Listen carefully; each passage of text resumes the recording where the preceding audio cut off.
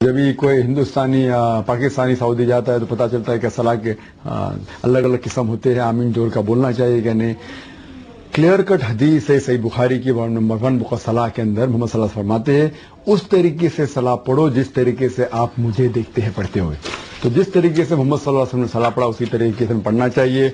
اور جیسا آپ نے کہا کہ شافعی صحیح ہے کہ حنفی صحیح ہے، ہمیں یہ جاننا چاہیے کہ جب یہ ائمہ، ہمیں چاروں ائمہ کی عزت کرنا چاہیے. الحمدللہ بہت بڑے عالم تھے چاروں، لیکن چاروں ائمہ نے کہا کہ آپ کو کوئی بھی میرا فتویٰ ملے جو اللہ اور رسول کے خلاف جا رہا ہے تو میرے فتوے کو چھوڑ دو. اور حدیث کا اکٹھا ہونے کا سلسلہ جس طریقے سے میں نے کہہ چکا ہوں پہلے بھی کہ وہ 100 سال 150 سال 300 سال بعد آئے. یہ حدیث اکٹھے اور کچھ وقت کئی ائمہ کے ٹائم کے اوپر صحیح حدیث موجود نہیں تھی، تو موجود نہیں ہونے کی وجہ سے جو انہیں فتوے دیے. اور آج سائنس اور ٹیکنالوجی کی وجہ سے سب حدیث آپ کے پاس ایزیلی کتاب میں موجود ہے. صحیح حدیث آپ کو مل سکتے CD ROM کے اوپر ابھی، اور آسانی ہے تحقیقات کرنے میں.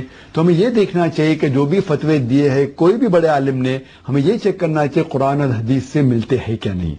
جہاں تک کہ آمین کہنے کا سلسلہ ہے، صحیح بخاری کی حدیث ہے کہ محمد صلی اللہ علیہ وسلم نے کہا ہے کہ سورہ فاتحہ ختم ہونے کے بعد آمین زور سا کہیے. تو آمین زور سے کہنا صحیح چیز ہے. اور اسی طریقے سے ہمیں یہ دیکھنا چاہیے کہ کس طریقے سے نماز پڑھی جانی چاہیے، جو قرآن اور صحیح حدیث سے ملتا ہے اس طریقے سے ہمیں نماز پڑھنی چاہیے.